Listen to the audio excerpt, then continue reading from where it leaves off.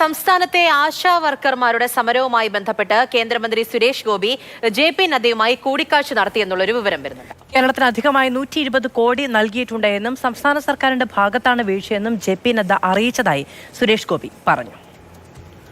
P Basant വിവരങ്ങളുമായി നമ്മളോടൊപ്പം ചേരുകയാണ്. ബസന്ത്, കഴിഞ്ഞ ദിവസം കേന്ദ്രമന്ത്രി സുരേഷ് ഗോപി ആശാ വർക്കർമാരുടെ സമരപന്തലിലെത്തുകയും അവരോട് ഐക്യദാർഢ്യം പ്രഖ്യാപിക്കുകയും ഒക്കെ ചെയ്തു. അത് പിന്നീട് ഒരു വലിയ രാഷ്ട്രീയ വിവാദമായി വളർന്നു വരികയും ചെയ്തു. ഇപ്പോൾ ജെ.പി. നദ്ദയുമായി ആശയവിനിമയം നടത്തിയിട്ടുണ്ട്.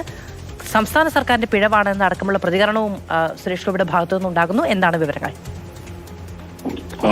ഇന്ന് ഉച്ചതിരിച്ചാണ് കേന്ദ്ര മന്ത്രി ജെ.പി. നദ്ദയെ സുരേഷ് ഗോപി കണ്ടത്. ആശാ വർക്കർമാരുമായി ബന്ധപ്പെട്ട വിഷയം അദ്ദേഹം വിശദമായി തന്നെ നദ്ദയുടെ ശ്രദ്ധയിൽപ്പെടുത്തുകയും ചെയ്തു. ഈ വിഷയത്തിൽ പരിഹാരം തേടിയുള്ള ഒരു സന്ദർശനമായിരുന്നു. പക്ഷേ ഇതിൽ കേന്ദ്ര സർക്കാരിന് ഒന്നും ചെയ്യാനില്ല എന്നുള്ളൊരു നിലപാടാണ് ജെ.പി. നദ്ദ സ്വീകരിച്ചത്. മാത്രമല്ല, ഈ വിഷയത്തിൽ, അതായത് ആശാ വർക്കർമാരുമായി ബന്ധപ്പെട്ട ഏകദേശം 120 കോടി രൂപ അധികമായി കേരളത്തിന് നൽകി എന്ന ഒരു വിവരമാണ് നദ്ദ സുരേഷ് ഗോപിയുമായി പങ്കുവച്ചത്.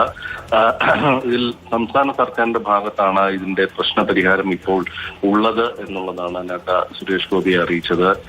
ഇതുമായി ബന്ധപ്പെട്ട എന്തെങ്കിലും ക്രമസമാധാന പ്രശ്നം ഉണ്ടായാൽ തന്നെ അതെല്ലാം തന്നെ സംസ്ഥാന സർക്കാരിന്റെ വിഷയത്തിലാണ് വരുന്നത് എന്നുള്ളതാണ് ഇപ്പോൾ മുൻ സുരേഷ് ഗോപിയെ നദ്ദ അറിയിച്ചിരിക്കുന്നത്. അതായത് ഒരു വിധത്തിൽ കേന്ദ്രം പൂർണ്ണമായി തന്നെ ഇത് സംസ്ഥാന സർക്കാരിന്റെ ചുമലിൽ വെച്ചിരിക്കുകയാണ്. അതായത്